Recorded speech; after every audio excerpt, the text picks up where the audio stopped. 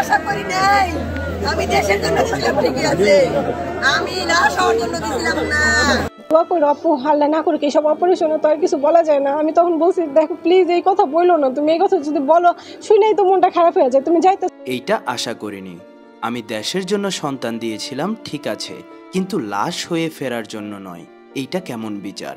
আমি কোন সান্ত্বনায় বাঁচব? আমার বুকের ধন আমার কাছ থেকে কেড়ে নিয়েছে। আমার কলিজার টুকরার এইভাবে মৃত্যু হবে এটা আমি কখনোই ভাবিনি। এইভাবে আহাজারি করতে করতে নিহত সেনা সদস্য তানজিম সরোয়ার নির্জনের মা নাজমা বেগম কথাগুলো বলছিলেন। আমি কোন সান্ত্বনায় বাঁচবো? আমার ধন আমার কাছ থেকে ছিঁড়া নিছে। আর আমার বাজান দেশি দশের সবার জন্য করছে, আমার বাজান ওর জন্য করে। সোমবার রাতে ছেলের সঙ্গে মোবাইলে শেষ কথা হয়েছিল মায়ের। সেই কথাগুলো মনে করতে করতে চোখের পানিতে বুক ভাসাচ্ছেন তিনি।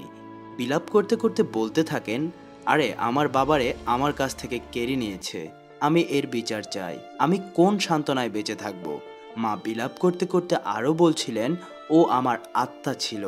ও যখন অপারেশনে যায় বলেছিলাম, তুমি দেশের জন্য করো, দশের জন্য করিও, যেটি ভালো হয় সেটি দেখে শুনে করিও। এই সময় নাজমা বেগম সরকার প্রধান ও সেনা প্রধানের কাছে ছেলে হত্যার বিচার চেয়েছেন। অন্যদিকে ছোট ভাইয়ের মরদেহ চোখের সামনে দেখতে পারছেন না বোন। সোমবার বিকেলে আমাকে মেসেঞ্জারে টেক্সট দিয়েছিল, বলেছিল, আপু তুমি আমাকে সেমাই পিঠা বানিয়ে খাওয়াবা? আমি বললাম, হ্যাঁ খাওয়াবো, কখন আসবে তুমি? সে বলে, আমি পূজার ছুটিতে আসবো, তখন খাওয়াইও। বোনের হাতের পিঠা আর খাওয়া হলো না সেনা কর্মকর্তা তানজিমের। আর কখনোই বোনের কাছে আবদার করতে পারবে না এই নির্জন। ছেলেকে হারিয়ে বাবা সরোয়ার জাহান প্রায় বাকরুদ্ধ। কাঁদতে কাঁদতে বলেন, এরকম মৃত্যু যেন আর কারো না হয়, আর যেন কোনো বাবা এইভাবে আর্তনাদ করতে না হয়। আমি আমার ছেলের হত্যাকারীর যত দ্রুত সম্ভব বিচার চাই। ছেলেটি ফিরল, তবে নিথর শরীরে। এইবারের ফেরাটাই তার শেষ ফেরা। বাবা মায়ের সাথেও দেখা হবে, আত্মীয় স্বজন, বন্ধু বান্ধব, পাড়া প্রতিবেশী সকলের সাথেই তার দেখা হবে। তবে এই দেখা শেষ দেখা। সেই মায়া ভরা মুখে মিষ্টি হাসিতে আর হাসবে না লেফটেন্যান্ট নির্জন। ডাকাতের নিষ্ঠুর ছুরি কেড়ে নিয়েছে তার প্রাণ। 24শে সেপ্টেম্বর ঘড়িতে বাজে তখন রাত 3টা। চকরিয়া আর্মি ক্যাম্পে খবর এলো, দুলাহাজার ইউনিয়নের মাইজপাড়া গ্রামে ডাকাত পড়েছে। মানুষের যান প্রাণের নিরাপত্তার চিন্তা করে তৎক্ষণাৎ সুসজ্জিত হয়ে বের হয়ে পড়েন বাংলাদেশ সেনাবাহিনীর একটি চৌকস দল, যার নেতৃত্বে ছিলেন লেফটেন্যান্ট তানজিম সরোয়ার নির্জন। রাত আনুমানিক 4টার দিকে পৌঁছায় তারা ঘটনাস্থলে। নেমেই তারা অভিযান শুরু করে দেন। এদিকে তাদের উপস্থিতি টের পেয়ে দ্রুত অস্ত্রধারী 7 থেকে 8 জন ডাকাত দৌড়ে পালানোর চেষ্টা করেন। লেফটেন্যান্ট নির্জন একাই অদম্য বীরের মতো সেই ডাকাতদের তাড়া করতে শুরু করেন। এই সময় ডাকাত দলের সদস্যরা অতর্কিতভাবে নির্জনের ঘাড়ের উপর ছুরির আঘাত করে। তিনি মারাত্মকভাবে আহত হয়ে পড়ে মাটিতে লুটিয়ে পড়েন। তখনও বেঁচে ছিলেন তিনি। খুব বেশি পরিমাণ রক্তক্ষরণ হচ্ছিল তার শরীর থেকে, যাকে আমরা বলে থাকি ফিনকি দিয়ে রক্তক্ষরণ। তাৎক্ষণিকভাবে তাকে উদ্ধার করে প্রথমে মালুমঘাট মেমোরিয়াল হাসপাতালে নেওয়া হলে কর্তব্যরত চিকিৎসক তাকে মৃত ঘোষণা করে। লেফটেন্যান্ট তানজিম সরোয়ার নির্জনের স্মৃতি মনে করতে করতে কান্নায় ভেঙে পড়ছেন তার বড় বোন সুজি।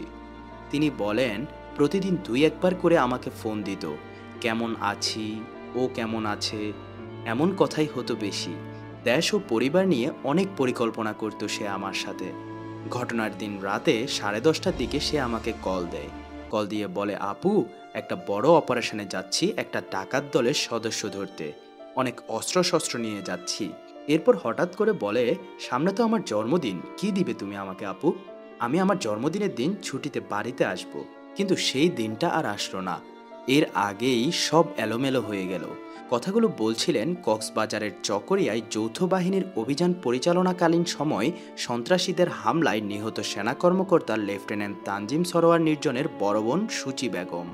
কাঁদতে কাঁদতে তিনি আরও বলেন, নির্জন আমার মেয়ে সারাকে শান্তি মিশন থেকে এসে একটা আইফোন কিনে দিবে বলেছিল। ভাগ্নিকে তো আর ফোন কিনে দেওয়া হলো না তার। একমাত্র ছেলে নির্জনকে হারিয়ে বারবার মূর্ছে পড়ছেন নাজমা আক্তার। বিলাপ করতে করতে বলছেন, ও তো আমার আত্মা ছিল। ও যখন অপারেশনে যায় বারবার বলতাম, তুমি দেশের জন্য আর দশের জন্য কাজ করিও, যেটি ভালো মনে হয় দেখে শুনে সেটিই করিও। একই অবস্থা বাবা সারোয়ার জাহানের। ছেলেকে হারিয়ে তিনি প্রায় বাকরুদ্ধ হয়ে পড়েছেন। কাঁদতে কাঁদতে বলেন, এরকম মৃত্যু যেন আর কারো না হয়, আর যেন কোনো বাবাকে এভাবে আর্তনাদ করতে না হয়। আমি আমার ছেলের হত্যাকারীদের দ্রুত বিচার চাই। এর আগে মঙ্গলবার 24শে সেপ্টেম্বর বিকেল 3:30টার দিকে তানজিম সরোয়ারের মৃতদেহ কক্সবাজার থেকে হেলিকপ্টারে করে টাঙ্গাইলের হেলিপ্যাডে এসে পৌঁছেছে। এরপর মরদেহ তার গ্রামের বাড়ি টাঙ্গাইল সদর উপজেলার করটিয়া ইউনিয়নের করের বেতকা গ্রামে নিয়ে যাওয়া হয়। সেখানে নেওয়ার পর এক হৃদয় বিতারক দৃশ্যের অবতারণা ঘটে। পরে আসরের নামাজের পর গ্রামের মাদ্রাসার মাঠে জানাজা শেষ করে তানজিম সরোয়ারকে স্থানীয় কবরস্থানে দাফন করা হয়েছে। তার আগে নিহত সেনা সদস্যকে গার্ড অফ অনার প্রদান করা হয়েছিল। সেনাবাহিনীর উচ্চপদস্থ কর্মকর্তা সহ বিভিন্ন শ্রেণীর বিপুল সংখ্যক মানুষ জানাজায় অংশগ্রহণ করেছিলেন।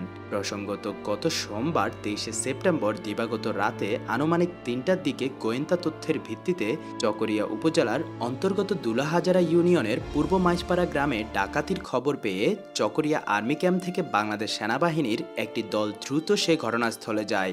আনুমানিক 4টার দিকে মাইজপাড়া গ্রামে অভিযান পরিচালনা করার সময় 7 থেকে 8 জন সদস্যের একটি ডাকাত দল সেনা টহল দলের উপস্থিতি টের পেয়ে পালিয়ে যাওয়ার সময় লেফটেন্যান্ট তানজিম সরোয়ার ডাকাত দলের কয়েকজনকে তাড়া করেন।